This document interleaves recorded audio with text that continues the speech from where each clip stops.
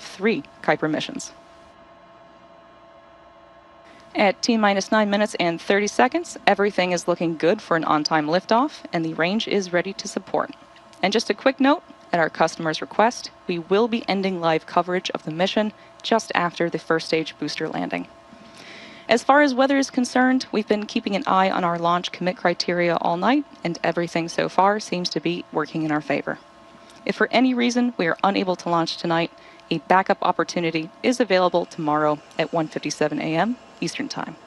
And with that, let's take a moment to learn a bit more about the vehicle supporting today's mission. That's Falcon 9 on your screen. It's a 2-stage rocket that is 229 feet tall and is getting ready for liftoff in just under 9 minutes. At launch, it produces more than 1.7 million pounds of thrust, which is enough to lift more than its own weight. The bottom section is the first stage, or booster, powered by 9 Merlin engines. They'll burn for the first couple of minutes, carrying Falcon 9 through the thickest layers of Earth's atmosphere. But it's not just going up. Early in flight, Falcon 9 performs a gravity turn, a smooth pitch maneuver that tilts the rocket sideways to build up horizontal velocity. Because getting to orbit isn't just about going straight up, it's about accelerating so fast that it never lands. And that's what achieving orbital velocity is. Once the first stage completes its portion of the mission, it shuts down and separates. A staged rocket like Falcon 9 sheds the booster, so stage 2 and the payload can keep climbing faster and more efficiently. After stage separation, today's booster will land on our drone ship, a shortfall of Gravitas, which is currently stationed in the Atlantic Ocean. And this particular booster will be returning to Earth for its first time. The second stage will take over from there, powered by a single Merlin vacuum engine, also known as the MVAC. With its extended nozzle and optimized design, the MVAC drives maximum performance in the vacuum of space. And topping it all off is the payload fairing, a 17-foot wide carbon composite shell that protects the satellite during the uphill trip through the atmosphere. About 3 minutes into flight, both halves of the fairing will separate and parachute back to Earth.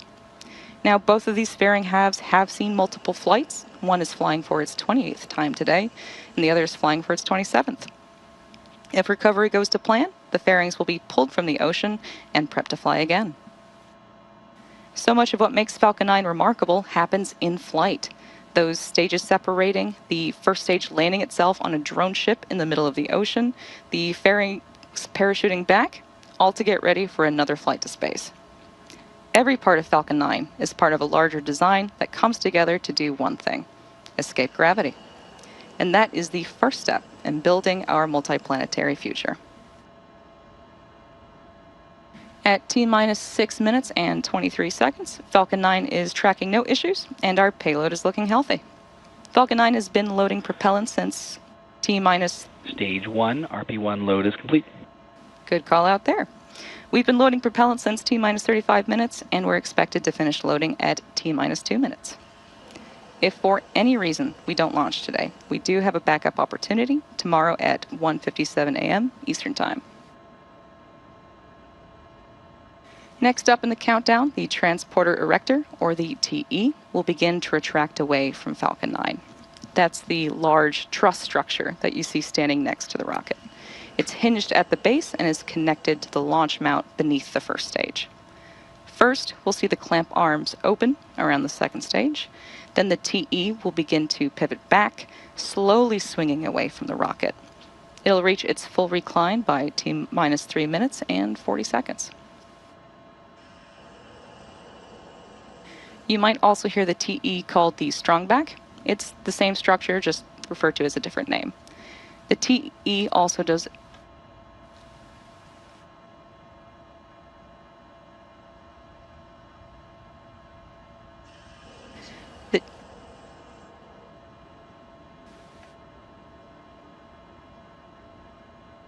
the TE also does a lot more than just lean. For strongback retract. Good. So it sounds like we're going to go for strongback retract. It's going to start to lean away from the rocket now.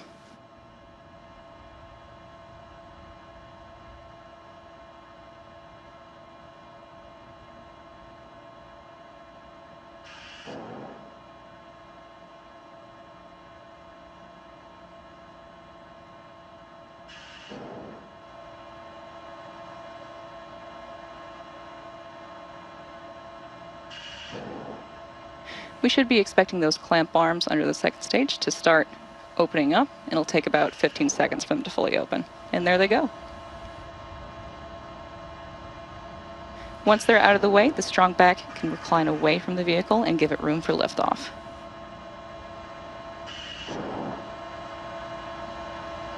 Looks like the arms are now open and the rocket is free.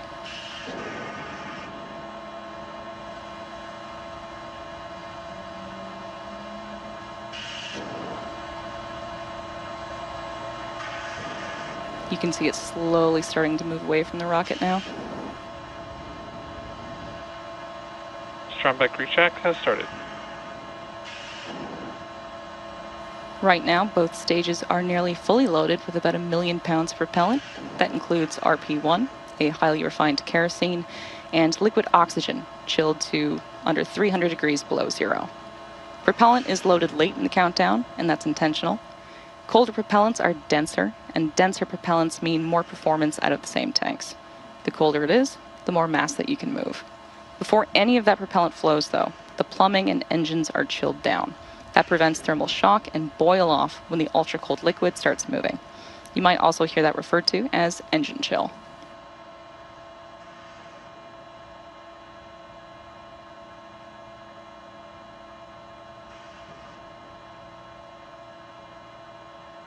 Stage 1, LOX load is complete. As you just heard over the nets, there's confirmation of Stage 1 liquid oxygen loading completion. The second stage will finish up about a minute later. The tanks are also pressurized using helium.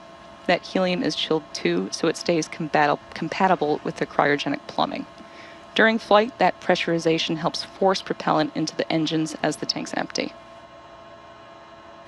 At T-minus 60 seconds, Falcon 9 will enter startup, and at that point, the rocket's onboard flight computers will take over.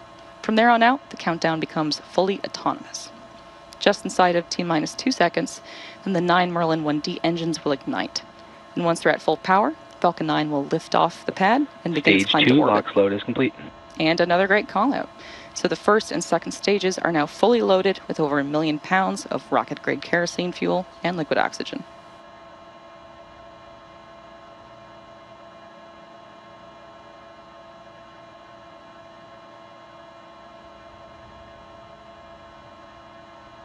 You've probably noticed those white clouds that are venting from the rocket. That's not smoke, it's actually condensation. As the liquid oxygen warms slightly inside the tanks, some of it boils off. That gas is then vented to manage the pressure. When the vented oxygen hits the warm, humid Florida air, it instantly condenses into those clouds. It's the same principle as your breath on a cold morning, just on a much, much bigger scale. As of now, the satellite remains healthy and the rocket is tracking no issues. Weather looks green and the range is clear to support our scheduled liftoff of 2:30 a.m. Eastern Time.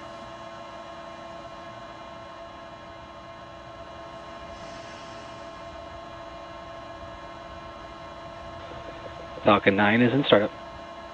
At this point, the autonomous flight computers have taken over the launch countdown, and stages 1 and 2 are pressurizing for launch. Finally, we're waiting for the final go directive from the launch director. The launch director is go for launch. We just heard that we're a final go. With that, Falcon 9 is fully fueled in startup and heading into the final seconds before launch. Let's listen in to the countdown. 30 seconds.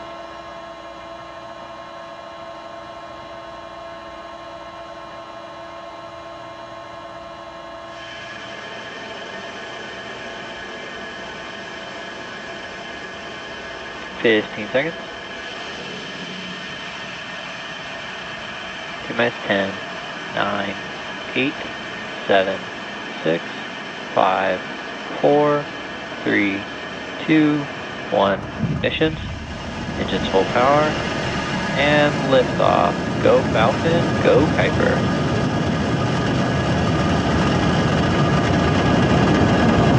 The vehicle is pitching downrange.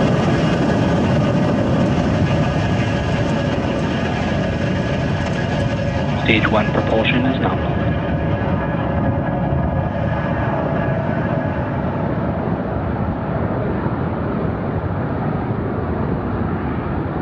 At T plus 30 seconds and counting, Falcon 9 has successfully lifted off from Space Launch Complex 40 at Cape Canaveral Space Force Station. In just a few seconds, we'll throttle the engines down in preparation for max Q, the period of maximum aerodynamic pressure. To help go from vertical to horizontal, the first stage performed a pitch kick just after liftoff, about 10 seconds into flight, which is a maneuver known as a gravity turn. The engines gimbal a small amount, and that slowly turns the first stage from going straight up. Falcon 9 is supersonic. Going horizontal with the help of gravity. And eventually, we'll be roughly horizontal to Earth as we achieve orbit. Max Q. And there's the call out for max Q. Continuing on the timeline, everything's looking good. The rocket typically needs to go 17,500 miles per hour horizontally in order to avoid being pulled back down to Earth and get into orbit. You can track our progress to orbit by watching the left corner of your display. That's going to show us the first stage velocity and altitude. Now we have several events coming up in quick succession, and we should hear all of these called out by Mission Control, starting with main engine cutoff, or MECO, then stage separation, SES-1, and fairing separation. MECO is where we shut down all 9 M1D engines on the first stage. Then stage separation is when the first and second stages of Falcon separate from one another. And second engine start 1, or SES-1, is when we'll light the MVEC engine on the second stage for the first time. Then less than a minute later, the fairing will then jettison from the second stage, as it's no longer needed to protect the payload once we're in space. So let's keep an eye out for these events happening back to back, all coming up in about 10 seconds from now.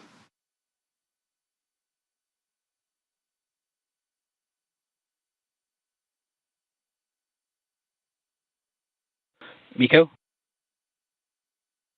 Stage separation confirmed.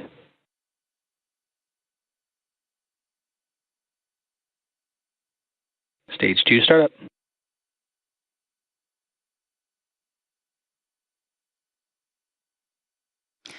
Good series of callouts back to back, which again were MECO, stage separation. Coming up next will be fairing separation in about 30 seconds from now. As mentioned earlier, we will be attempting to retrieve these fairing halves once they fall back to Earth. They'll be taken back to shore by our ocean recovery vessel, Doug, once they fall back down to Earth.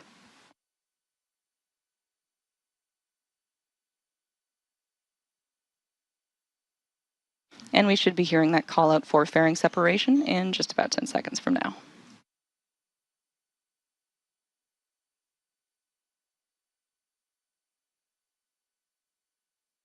Fairing separation confirmed.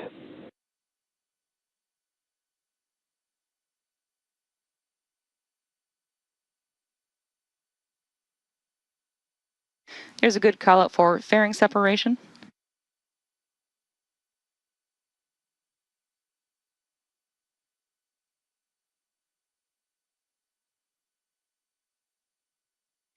And just keep in mind that our views right now look really, really grainy because it's dark outside.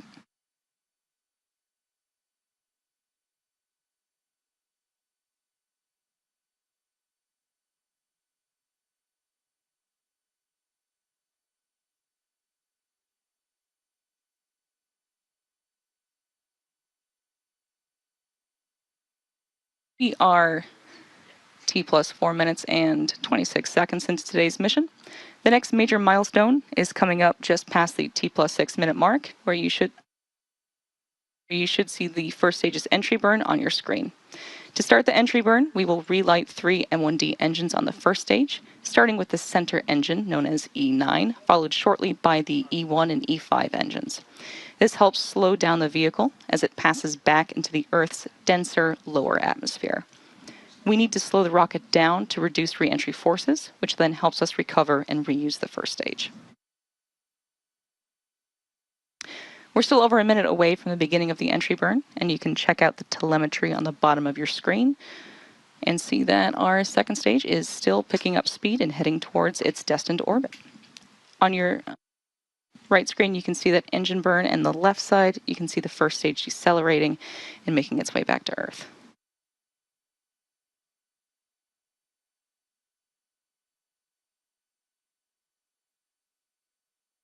Reusability is key to lowering the cost of spaceflight and enabling more investments in critical space infrastructure. Though the Falcon 9 first stage that is supporting today's mission is performing this entry burn for the first time tonight, the payload fairings are already flight proven, with one half flying for its 27th time and the other half flying for its 28th time.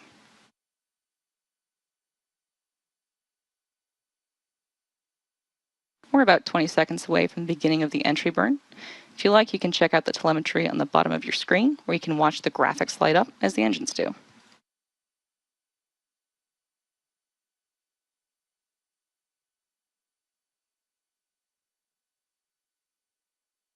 Stage 1 FTS has safed. Stage 1 entry burn startup. There's a call out for entry burn startup on the Falcon 9's first stage. The burn is set to last about 25 seconds and again is slowing down the vehicle in preparation for its final burn and landing.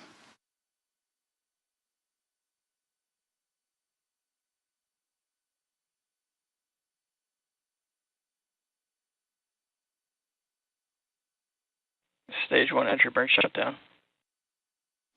And there's the call out for entry burn shutdown, the completion of the Falcon 9 first stage's entry burn. Coming up next will be the first stage's landing burn, Stage 2 FTS has safed. which is going to start a little over a minute from now. The Merlins on the Falcon first stage are optimized for sea level, and these achieve 190,000 pounds of thrust each during ascent and descent. The single MVAC engine on the second stage has a much wider nozzle and is optimized to operate in space, producing over 220,000 pounds of thrust in vacuum. Coming up next, we'll start our landing burn on the first stage, followed quickly by the MVAC engine shutdown on the second stage. Coming up next, in about 40 seconds, we'll have the start of that landing burn of the first stage. The landing burn... Stage 1 transonic. The landing burn is the final burn of the Falcon 9 booster, used to reduce the remaining speed of the vehicle for a gentle and precise landing on our drone ship, a shortfall of gravitas. And we should be hearing that call out for the first stage landing burn in just a few moments from now. Stage 2 is in terminal guidance.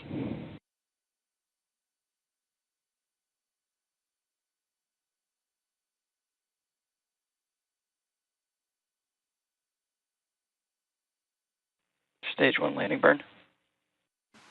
Good call out for landing burn start on the Falcon 9 first stage. And this is the final burn that this booster will see before touching down on a shortfall of gravitas.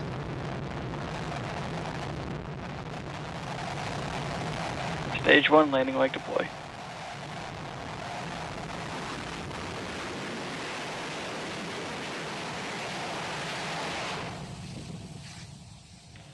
Stage 1 landing confirmed.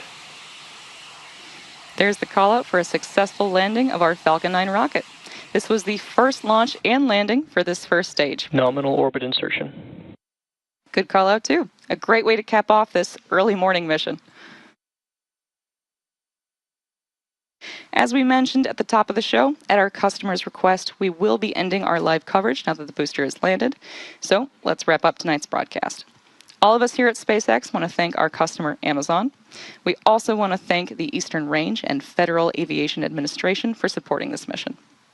If you're interested in more launch coverage, be sure to check out spacex.com/launches for the most up-to-date information. And remember to follow at SpaceX on X. Thank you for tuning in, and we'll see you again soon.